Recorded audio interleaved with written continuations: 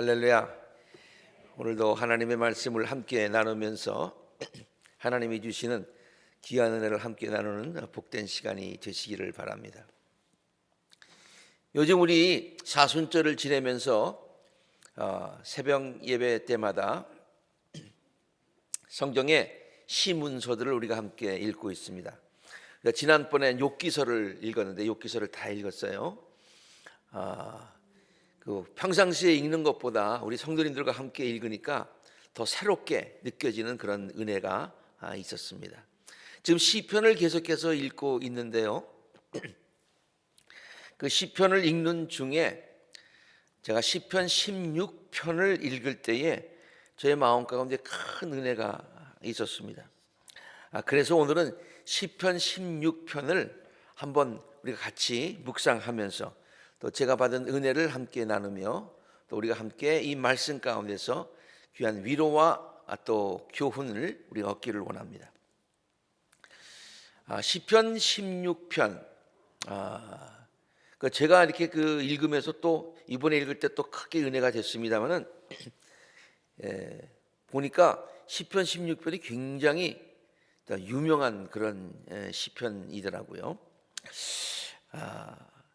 그 시편 16편의 내용을 가장 간결하게 잘 요약한 말이 있다고 하면은 우리 성경에도 나와 있습니다만 시편에도 본문에도 나와 있습니다만 하나님은 나의 빛나는 유산이다라고 하는 그런 고백일 것입니다. 그래서 오늘 설교 제목도 시편 16편을 대표하는 그와 같은 말, 하나님은 나의 빛나는 유산이다. 성경에서 그 유산이라고 하는 그 말과 같은 뜻으로 쓰이는 말들이 굉장히 많이 있어요. 대표적으로 그것이 유업이라는 말로도 번역이 되기도 하고요. 그리고 분깃이라는 말로도 번역이 많이 되어 있습니다. 다 같은 의미의 그런 말들입니다. 조금 우리가 구별을 하자면은 유산이나 유업은요, 유산은 남겨준 재산이고요, 유업은 남겨준 일, 사업 이런 것을 얘기하고 있고요. 분깃이라고 하는 말은 자기에게 배당된 몫이죠. 우리 탕자의 비유에 보면은 나에게 있는 분깃을 달라고 그랬잖아요. 그래서 작은 아들이 자기의 몫을 가지고 갔다고 그러는데 그 자기에게 배당된 몫인데 그것도 유산입니다. 이렇듯 유산, 유업, 분깃이라는 말들은 일반적으로 쓰일 때 우리 보통 일반적으로 쓰일 때는 재산이나 또 사업 이런 것들을 얘기하고 있어요. 사람에 대해서 유산이다 그런 말은 쓰지를 않지요. 그런데 이 시편 저자로 알려진 이 다윗 왕이 있었다고 우리가 알고 있습니다만은 그 다윗 왕은요, 하나님이 자신에게 가장 소중한 유산이 된다고 얘기했어요. 이게 보통 우리 보통 재산을 얘기할 때 동산, 부동산 이렇게 얘기하는데요. 그런 것을 대개 유산이라는 말을 쓰지 사람에게도 잘 쓰지 않는데 다윗은 하나님에 대해서 하나님을 자기의 유산이 된다고 그렇게 고백을 하고 있는 거예요.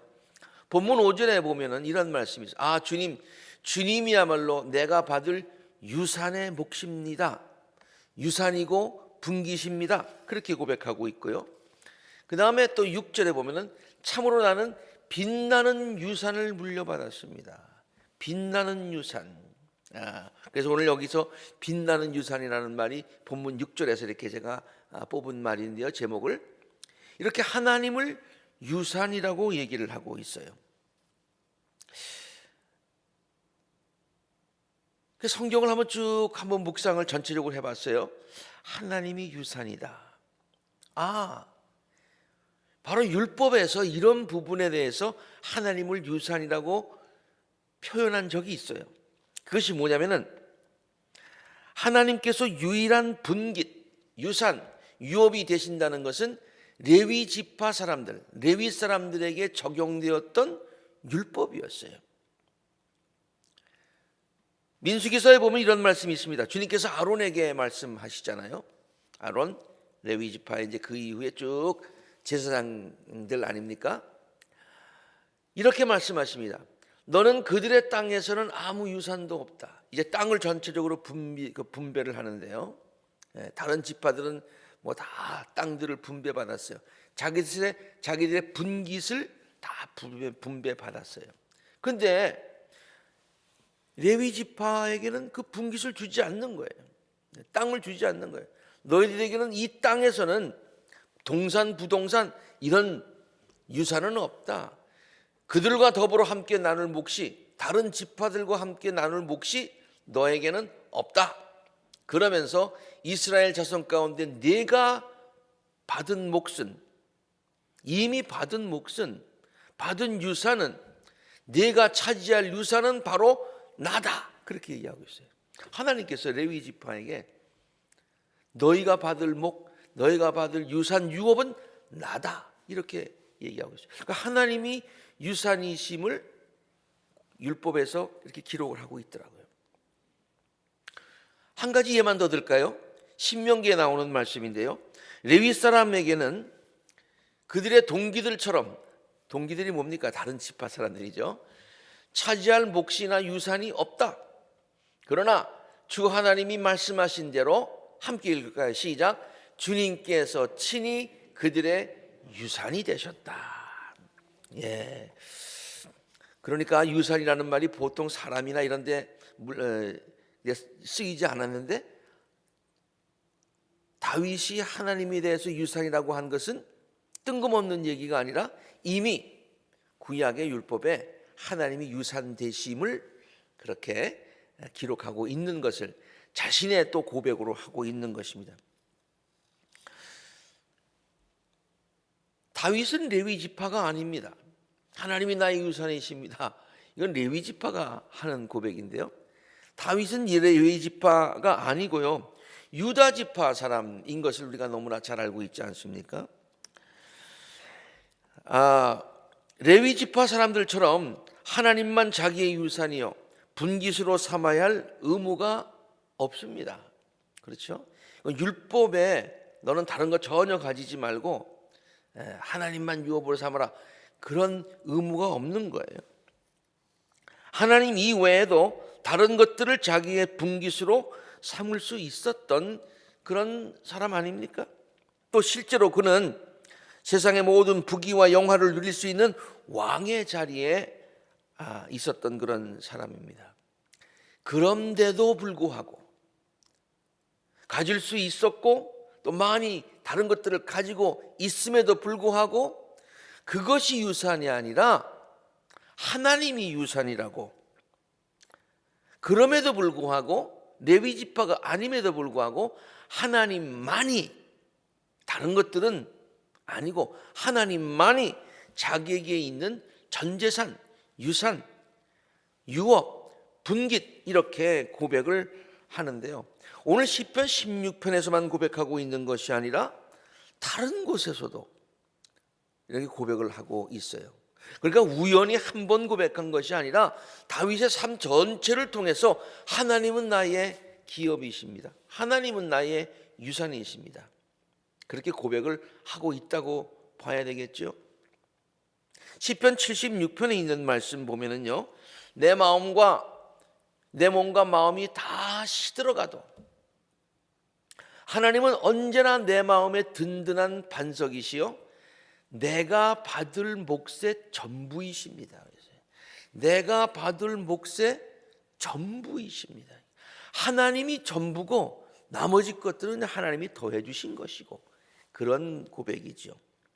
이것이 세 번역인데요, 개역개정에 보면은요, 하나님은 내 마음의 반석이시요 영원한 분깃이시다. 내가 받을 몫인데 잠깐 있다가 없어지는 것이 아니라 영원토록 내가 가지고 있는, 나에게 있는 분깃이다, 유산이다, 그렇게 고백을 하고 있습니다. 시편 119편에서도 주님은 나의 분깃, 내가 주님의 말씀을 지키겠습니다. 주님은 나의 분깃. 다른 사람은 뭘 받았는지 모르지만은, 다른 사람들에겐 그게 무엇가 가장 중요한 것인지 모르지만 내가 받은 것은 하나님밖에 없다는 얘기예요. 그리고 그것이 최고다. 그것만 있으면 된다. 그런 고백이죠. 시편 142편에도 이렇게 얘기하고 있습니다. 주님은 나의 피난처, 사람 사는 세상에서, 이 세상이죠, 내가 받은 분깃은 주님이 그 중에 하나가 아니라 주님뿐입니다. 이게 주님뿐입니다. 세상의 부귀와 영화는 모두 영원하지 못하지요. 그러나 하나님만은 자기의 영원한 유산이, 변함없는 유산이 된다고 고백하고 있는 것이죠. 그래서 자기는 그 영원하고 빛나는 유산을 주신 유산이신, 유산을 주시고 유산이신 그 하나님을 의지하고, 그 유산이 너무너무 귀하기 때문에 그 유산이신, 유산을 주신 하나님의 은혜에 감사하며 살겠다는 그런 고백입니다. 이런 면에서 보니까 시편 16편에서 물론 다른 곳에서도 간간히 하나님이 빛나는 유산이 된다고 하는 얘기를 우리가 지금 보았듯이 하였습니다마는, 시편 16편은 그것이 집중적으로 하나님이 나의 유산이심을 고백하는 전체 내용이 그런 거예요. 그래서 이 시편 16편이 굉장히 귀한 다윗의 신앙 고백이에요. 그래서 성경 주석가들은요, 여러 성경 주석을 찾아보니까 공통적으로 시편 16편을 다윗의 보석이다 그렇게 얘기해요. 다윗의 보석, 다윗 신앙의 정수다, 그렇게 평하고 있을 정도입니다. 유대 랍비들도요, 시편 16편을 황금의 시로 부르고 있습니다. 그러니까 전통적으로 랍비들이 시편 16편을 황금의 시로 부르고 있어요. 여러분 기회가 되시면 한번 시편 16편, Psalm 16을 한번 그 유튜브에 한번 들어가서 찾아보시면은 랍비들이 시편 16편을 읽은 것들이 굉장히 많이 있고요. 마치 시편 23편의 가사를 통해서 많은 노래들이 작곡이 돼서 불려지는 것처럼 시편 16편에 있는 그 내용들로 인해서 정말로 귀한 노래들이 많이 있어요. 사실 제가 이것을 준비하면서 그걸 몇 개를 좀 소개를 하려고 집어넣었다가 시간 관계상 제가 넣지는 않았습니다. 굉장히 아주 그 다양한 그런 16편이 그렇게 애용되고 애송되고 있는 것을 찾을 수가 있었습니다. 황금의 시라는 거예요. 그들이 이 시를 그렇게 부르는 이유는요, 하나님을 향한 다윗의 고백이 황금과도 같고 진주와도 같고 보석과도 같다 그런 얘기예요. 다윗이 많은 신앙의 고백을 했습니다마는 하나님만이 나의 유산이 되십니다 라고 하는 그 고백이 다윗의 모든 고백 중에서 진수다, 가장 귀한 것이다 라고 구약에 있는 랍비도, 지금 성경 주석가들도 공통적으로 말하고 있는 거예요. 그 시편 16편이 이렇게 귀하더라고요. 다윗의 이 황금과 같고 보석과 같은 신앙 고백, 그 고백은요, 한국교회의 위대한 부흥사였던 이성봉 목사님이라는 분이 계세요. 여러분 아마 많이 들어보셨을 것입니다. 그분이 작사한 주님 한 분만으로 만족하옵니다라는 그런 찬송이 생각이 났어요. 그리고 그가 늘 그렇게 외쳤던 메시지가 바로 그거였어요. 이성봉 목사님 사진에 보시는 것과 같은 그런 분이세요. 하나님만이 나의 빛나는 영원한 유산이라고 하는 그 다윗의 고백, 하나님만이 나의 영원한 유산입니다, 하나님 한 분만으로 나는 족합니다, 그런 것 아닙니까? 하나님만이 내가 갖고 있는 가장 귀한 분기심이다라는 그 고백과 주님 한 분만으로 만족하옵니다라고 고백한 이성봉 목사님의 찬송시와 내용이 같잖아요. 그렇죠? 이 찬송은요, 제가 어머니의 무릎에서 늘 자장가처럼 늘 들었던 찬송입니다. 그래서 지금 들어도 항상 정겹게 느껴지는, 특별히 주일 저녁 예배, 수요일 저녁 예배 가면은 뭐 제가 저녁에는 어릴 때니까 잤겠죠. 네. 예배 간 기억은 있는데 예배 드린 그 이후에는 아마 잤던 것 같아요. 그러면서 그 예배 시간에도 불렀고 저희 어머니도 불렀던 그 멜로디가 생각나요. 집에서도 늘 설거지 하시면서 뭐 집안일 하시면서 늘 불렀던 그런 찬송이라서 아주 정겹게 느껴지는 것이죠. 본래는 아주 그냥 이런 가사로 제가 몇 번 가사를 다 소개하지는 않았고요. 몇 차례 소개한 적이 있는데 요번에 이게 설교를 준비하면서 한번 그 가사를 처음부터 끝까지 다 봤어요. 너무 좋더라고요. 그리고 그 운율도 착착 맞는 게 너무 좋아요. 그 곡은요, 아름답다 예수여 나의 좋은 친구 날 위하여 죽음과, 그런 찬송 있죠, 곡조가. 근데 옛날에는 그렇게들 안 불렀어요. 제 어머니만 하더라도 또 옛날 교인들 같이 예배 때 제가 듣는 기억은 어떻게 보냐면, 아름답다 예수여 나의 좋은 친구 날 위하여 죽음과 날 위하여 사셨네 후렴, 예수님 내 주여 내 중심에 오소서 주님 한 분만으로 만족하옵니다. 그러면서 찬송을 불렀던 거예요. 근데 이게요, 옛날 찬송은 다 긴데 10절까지 돼 있어요. 10절까지. 중국교회 갔다 오신 어느 분이 얘기하는데 찬송이 30절까지 있는 것들도 있어요. 그러니까 찬송을 통해서 성경을 가르치는 거죠. 그렇죠? 근데 그 찬송가의 전체를 보면 후렴도 그렇습니다만은 주님 한 분만으로 만족한다고 하는 그와 같은 찬송이에요. 한번 그 가사를 한번 좀 오늘은 보기를 원합니다. 아름답다 예수님, 얼마나 아름다워. 보석과 같다는 얘기 아닙니까? 나의 좋은 친구, 날 위하여 죽음과 날 위하여 사신 분 아니십니까?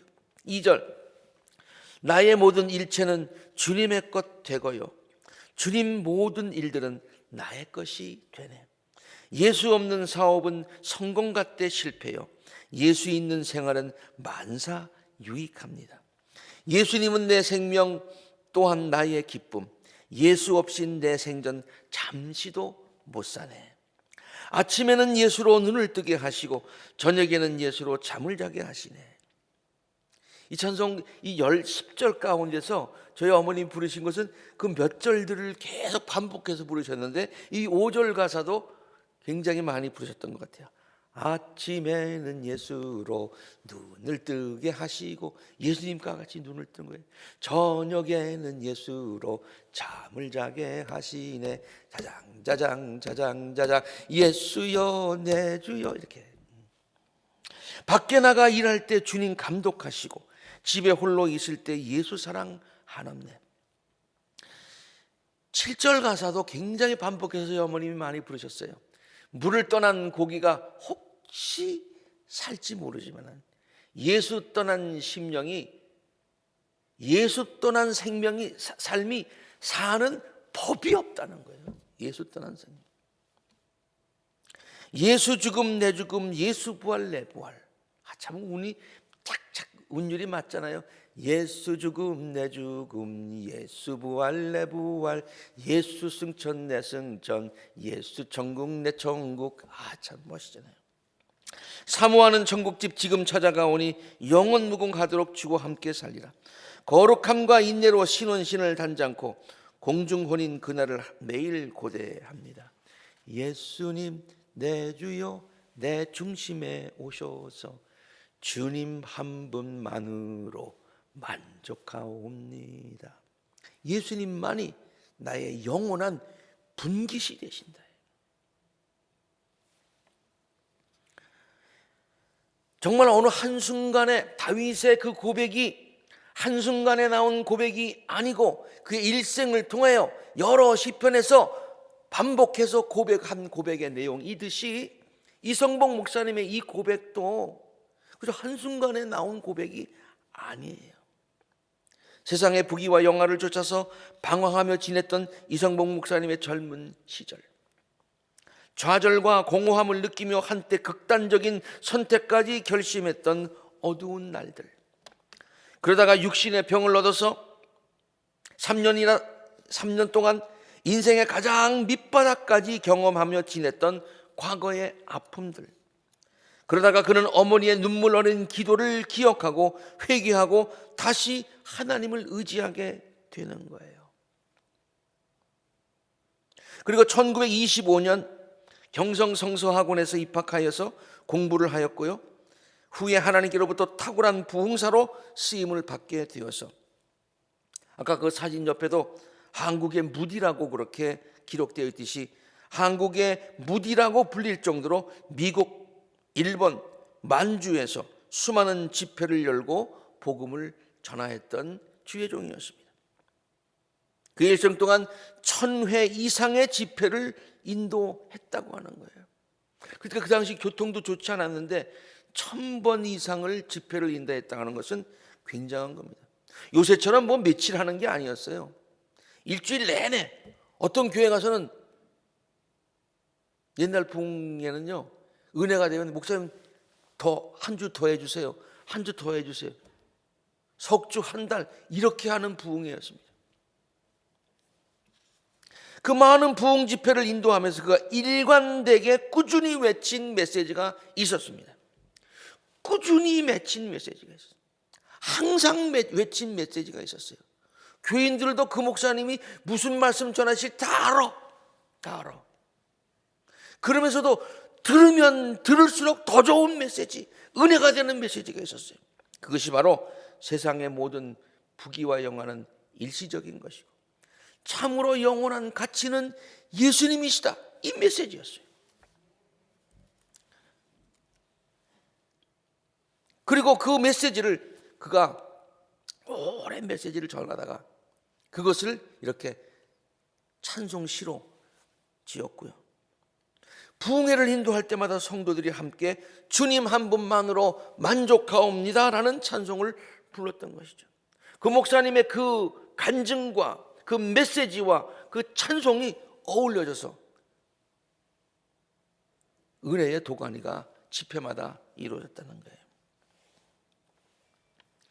다윗의 위대한 황금과도 같고 보석과 같은 이 신앙 고백, 이성복 목사님의 일생의 체험을 통하여 나온 이 귀한 신앙 고백, 이 고백을 우리들도 동일하게 할 수 있게 되기를 간절히 바랍니다.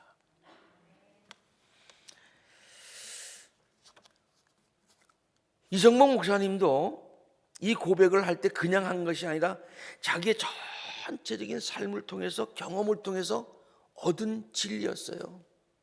마찬가지로 다윗도요, 그냥 한 고백이 아니에요. 이 고백을 할 수 있었던 이유가 있었어요. 그게 체험이 있었어요. 하나님께서 자기의 유일한 유산이시고 유업이시고 분깃이 되신다는 고백을 하고 있는 분명하고 확실하고 구체적인 이유들이 있었다고 하는 거예요. 그런 면에서 시편 16편을 다시 한번 보고 다시 한번 보았습니다. 그러니까 시편 16편에 구구절절, 이 말이 참 어울려요. 구구절절. 다음과 그 구체적으로 왜 자기가 하나님을 유일한 분깃이요 유일한 유업이라고, 유산이라고 고백하였는가를 나타내주고 있어요. 말하고 있어요. 정말 구구절절입니다. 그 이유가 왜 그러냐? 경험적으로예요. 이건 관념적으로 하나님은 그런 분이셔, 그러니까 내가 그렇게 고백해야 돼가 아니라 하나님은 그런 분이셨어, 앞으로도 그런 분이실 거야 라고 하는 확실한 경험과 확신에서 나온 고백들이라 그래요. 하나님은 그동안에도 항상 자기가 어려움을 당할 때마다 피할 수 있는 피난처가 되어 주셨고, 지금도 피난처가 되시고 앞으로도 피난처가 되어 주실 것이기 때문이라는 고백이 있어요. 다른 건 필요 없어. 하나님만 피난처야. 그리고 하나님만 피난처 되시면 되는 거야. 주님 한 분만으로 나는 만족해. 그 고백이 경험에서 나왔다는 거예요. 본문 1절 함께 읽습니다. 시작. 하나님 나를 지켜주십시오. 내가 주님께로 피합니다. 시편을 읽다 보면은요, 다윗의 고백 중에 하나님을 향하여서 반석, 요새, 피할 바위, 방패, 구원의 뿔, 산성이라는 말도 많이 나오는데 모두 다 표현은 다르지만 피난처라는 말과 같은 뜻으로 쓰이는 말들입니다. 대표적으로 시편 18편 2절에 있는 말씀 한번 같이 읽습니다. 또 특별히 빨간 것으로 되어 있는 것을 기억하시면서 피난처라는 말과 같은 뜻이니까 함께 읽습니다. 시작. 주님은 나의 반석, 나의 요새, 나를 건지시는 분, 나의 하나님은 나의 반석, 내가 피할 바위, 나의 방패, 나의 구원의 뿔, 나의 산성이십니다. 그 다음에 하나님이 이렇게 다윗이 고백할 수 있는 두 번째 이유는요, 하나님은 그동안도 항상 자기를 어떠한 상황에서도 보호하여 주셨고 또 앞으로도 보호하여 주실 분이시기 때문이에요. 나를 보호하시는 분이시기 때문에. 본문 10절에 있는 말씀 뜻을 생각하시면서 함께 읽습니다. 시작. 이 몸도 아무 해를 두려워하지 않는 까닭은 주님께서 나를 보호하셔서 죽음의 세력이 나의 생명을 삼키지 못하게 하실 것이며 주님의 거룩한 자를 죽음의 세계에 버리지 않을 것이기 때문입니다. 나를 어려운 가운데 죽음의 세계에 나를 버리지 않으신다. 이 고백은요, 자료들을 쭉 찾아보니까 유대 사람들이 특별히 홀로코스트, 저희들이 죽음의 수용소에 있으면서 이 시편 16편을 애창을 했더라고요. 다윗이 또 이렇게 하나님을 유일한 유업으로 고백할 수 있었던 이유는요, 하나님은 자기의 삶이 흔들리지 않도록 지탱해 주셨고 앞으로도 주실 분이라고 하는 경험과 체험이 있었기 때문이에요. 본문 8절의 내용입니다. 함께 있습니다. 시작. 주님은 언제나 나와 함께 계시는 분, 그가 나의 오른쪽에 계시니 나는 흔들리지 않느냐. 그 다음, 하나님은 자기에게 필요한 모든 복을 내려주시는 분이시기 때문이라는 거예요. 하나님은 복의 근원이 되신다는 거예요. 하나님만이 복의 근원이 되신다는 거예요. 한번 본문을 읽습니다. 시작. 주님께서는 나에게 필요한 모든 복을 내려주십니다. 우리가 함께 다 읽었던 구절들이에요. 그 다음에 하나님은 날마다 귀한 말씀으로 자기를 깨우쳐 주시는 분이시기 때문이라는 거예요. 내가 삶을 살아갈 때 아침 저녁으로 나를 늘 일깨워 주시는 분이시라는 거예요. 시작. 주님께서는 날마다 좋은 생각을 주시며 밤마다 나의 마음에 교훈을 주시는 분이시다. 하나님과 함께 있을 때에만 행복을 경험할 수 있기 때문이라는 거예요. 자기가 삶을 살아보니까 자기가 행복했던 순간들이 언제냐? 하나님과 같이 있을 때가 제일 행복했다는 거예요. 앞으로도 나의 행복이 어디서 오느냐? 하나님이 나와 함께 계시면 내가 가장 행복할 것이라는 고백이죠. 그러니까 주님 한 분만으로 만족하겠다는 고백이 나오는 거예요. 시작. 하나님은 나의 주님, 주님을 떠나서는 내게 행복이 없다. 하나님과 함께 사는 삶에 늘 기쁨이 넘치기 때문이라는 것입니다. 본문 11절의 말씀입니다. 11절의 말씀. 하나님과 함께 하는 삶에 기쁨이 넘치기 때문입니다. 11절 시작.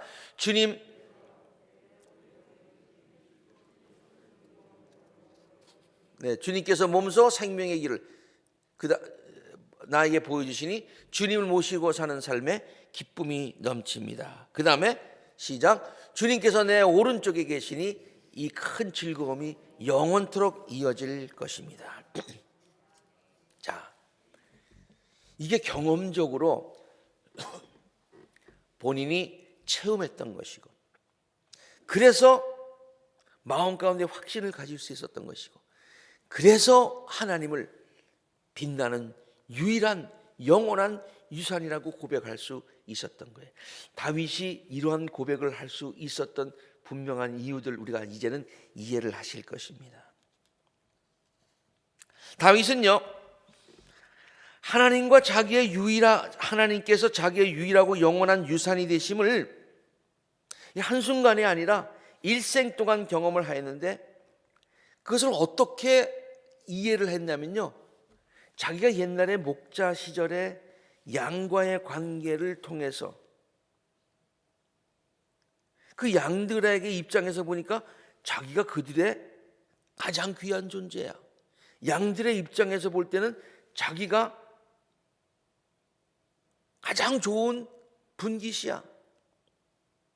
그 관계를 느끼는 거. 그리고 자기가 하나님과의 관계를 보니까 맞아. 나는 양이야. 부족하지만 하나님은 선한 목자가 되셔. 근데 하나님이 내가 양에게 필요한 것이 뭘까? 목자 있으면 됐지 뭐.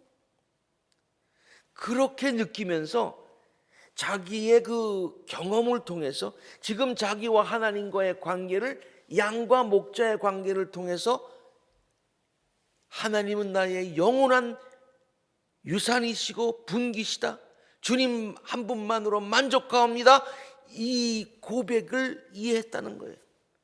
시편 23편 1절에 이런 고백을 하고 있지 않습니까? 너무나도 잘 알잖아요.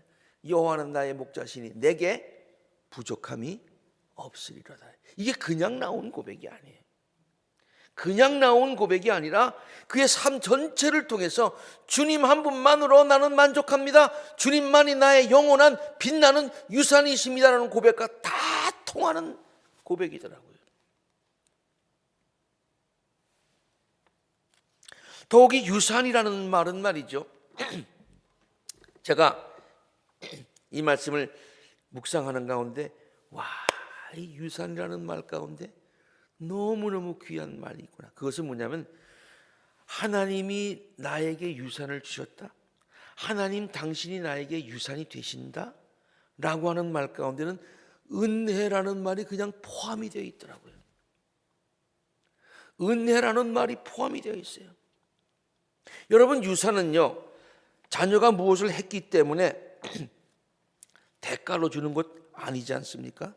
자녀이기 때문에, 사랑하기 때문에 그냥 주는 것이요. 그러므로 자녀들을 향한 부모의 사랑과 은혜가 유산이라는 말에 포함되어 있듯이 하나님께서 우리들의 유산이 되신다는 말에도 우리들을 향하신 하나님의 사랑과 거저 주시는 은혜가 포함되어 있는 거예요. 하나님이 나에게 가장 귀한 분이십니다. 나는 그 귀한 것을 얻기 위해서 내가 얼마나 노력했는지 압니까? 그게 아니에요. 하나님이 나를 먼저 사랑하셔서 나에게 가장 귀한 것이 당신임을 아시고, 우리가 아직 죄인되었을 때에, 우리는 아직 몰랐는데 우리에게 유산을 주시고 유산이 되어 주셨어요. 그리고 그 유산을 가지고 지금까지 살아보니까 이야, 이거 진짜로 귀한 것을 내가 은혜로 선물로 받았네, 그거예요. 다윗은요, 그 하나님이 유산이 되시고 자기가 갖고 있는 그 유산이 얼마나 귀한 것인지, 하나님이 거저 주셨다고 해가지고 그냥 대충 아무거나 주신 게 아니라는 거예요.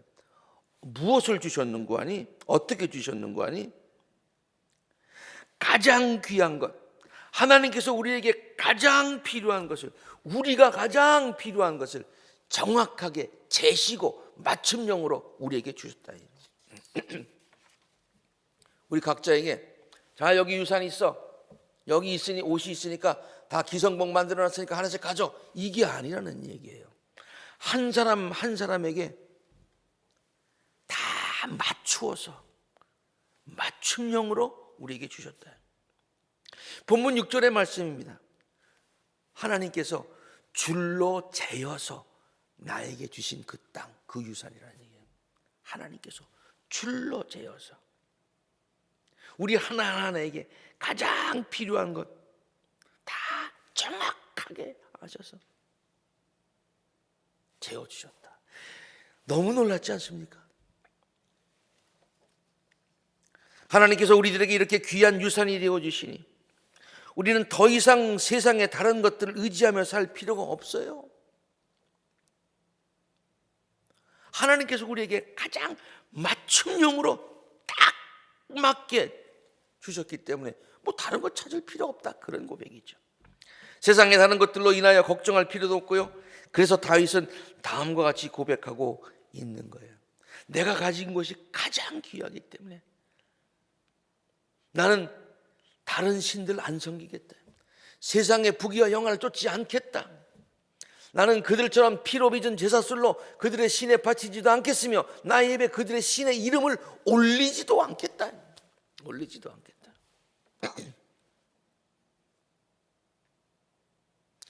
여러분, 이 시편 16편을 이런 관점에서 보니까요, 얼마나 큰 은혜가 되는지.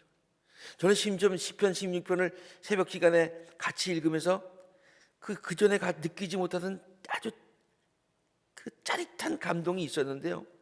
이 말씀을 한번 설교를 해야지 하면서 또 보고 또 보고 또 보고 묵상하니까, 야, 이거 보통이 아니에요. 보통이 아니에요.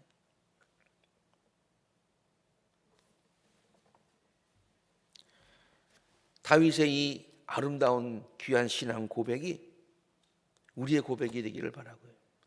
다윗의 체험이 우리의 체험이 되기를 바라고요. 다윗의 복된 삶이 우리의 복된 삶이 될 수 있기를 간절히 바랍니다. 그런 면에서 보니까 솔로몬, 다윗의 아들이잖아요. 이 솔로몬도 성경에 보면은 세상의 모든 부귀와 영화 다 헛되고 하나님만이 가장 귀중한 유산이고 하나님만이 영원한 기업이라는 것을 솔로몬도 깨달았어요. 근데 깨달았다는 면에서 봐서는 다윗도 솔로몬도 다 위대해요. 근데 다윗과 솔로몬이 다른 것이 있어요. 그것이 뭐냐면은 솔로몬은요, 인생의 모든 것들을 다 경험하고 나서 다 헛되구나, 다 헛되구나, 그러고 나서 말년에 깨달았어요. 말년에 깨달았어요. 그리고 전도서를 썼잖아요. 그리고 나처럼 나중에 깨달지 말고 젊을 때부터 창조주 하나님을 기억하라. 그게 전도서의 내용 아닙니까? 그런데요, 다윗은요, 일생의 삶을 통해서 하나님이 자기의 빛나는 유산이 되시고 양과 같은 자기에게 가장 확실하고 영원한 목자가 되심을 믿고 체험하면서 복을 받고 복을 누리며 감사하며 살았다는 거예요. 여러분, 어느 게 더 위대합니까?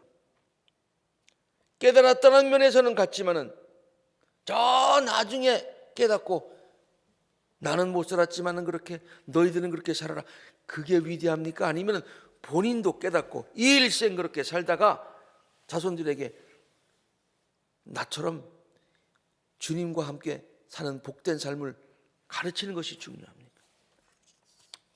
어떤 삶을 살기를 원하십니까? 사랑하는 성도 여러분, 다윗처럼 일생의 삶을 통하여서 하나님만이 자기의 빛나는 유산이 되시고 양과 같은 자기에게 가장 확실하고 영원한 목자가 되심을 믿고 체험하고 앞으로도 그런 확신을 가지고 하나님의 은혜와 사랑을 체험하면서 살아가실 수 있는 우리 모두가 되시기를, 우리의 가장 귀한 유산이 되시고 분깃이 되시는 예수 그리스도의 이름으로 간절히 축원합니다. 함께 기도하시겠습니다.